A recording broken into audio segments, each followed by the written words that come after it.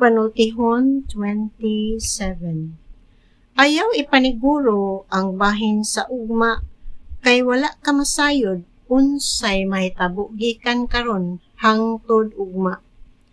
Maoy padayga kanimo ang ubang tao o ang mga dumuduong bahinoon apan ayaw pag-unay pagdayeg sa imong kaugalingon. Ang bato o ang balas bugat, apan ang kasamok nga resulta sa kabuang mas bugat pa gayod. Ang kasuko bangis o makadaot, apan gamay ra kini kaayo kung itandi sa pangabubho. Maayo pa nga badlungon mo ang usa ka tawo kaysa pasagdan mo siya nga maghuna-huna nga wala kagayoy pagtagad kaniya. Maayo ang tuyo sa usa ka higala bisan og nakapasakit siya kanimo, apan pagbantay sa halok sa kaaway. Kung busog ang usa ka tawo dili siya mukaon bisan pagdugos, apan kung gutomon bisan pa ang pait nga pagkaon iyang pakatam-ison. Ang usa ka tawo nga layo sa iyang balay nahisama sa usa ka langgam nga layo sa iyang salag. Ang pahumot ug ang lana makalipay kanimo, ug ang tambag sa mga higala makapatam-is sa kalag. Ayaw kalimti ang imong mga higala o ang mga higala sa imong amahan. Kung anaa ka sa kalisod, ayaw pagpakitabang sa imong igsuon. Ang usa ka silingan nga anaa sa duol mas makatabang kanimo kaysa usa ka igsuon nga atua sa layo. Anak, pag maalamon o magmalipayon ako, aduna ako'y ikatubag kang bisan kinsa nga musaway kanako.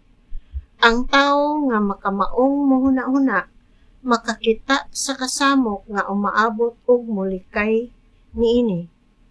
Apan ang tawo nga wala magamit sa iyang hunahuna musugat niini og mag-antos siya. Ang tawo buang ra kaayo kun mugarantiya sa mga utang sa usa ka dumuduong. Angay siyang kuhaan sa iyang kabtangan ingon nga garantiya. Samara nga gitunglo mo ang imong higala kung pukawon mo siya sayo sa buntag sa kusog nga pangumusta.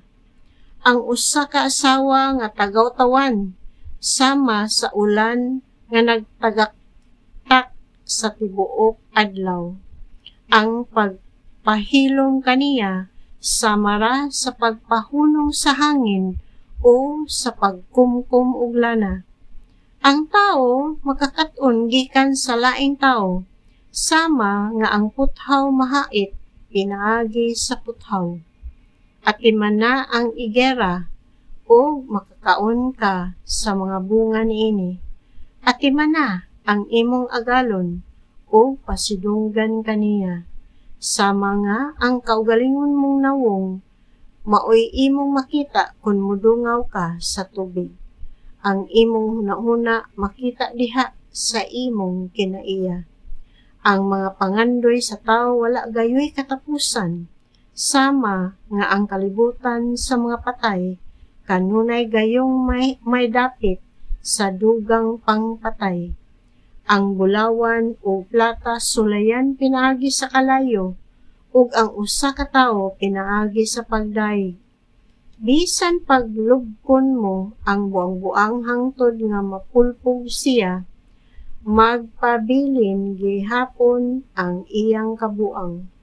At imana pag-ayo ang imong mga karnero ug ang imong kayupan, kay ang kadato dili mulungkad hangtod sa hangtod, bisan gani ang mga hari sa kanasuran. Galaba ang kumpay o samtang nanubo kini pag-usab, mahimo nga pamutlon mo ang mga sagbot nga anaa sa kabungturan, makahimo kag bistigikan sa balhibo sa imong mga karnero, o makapalit kag yuta sa halin sa imong mga kanding. Ang gatas sa kanding maghatag kanimong pagkaon, o sa imong banay ingon man, sa imong mga sulugoon nga babae.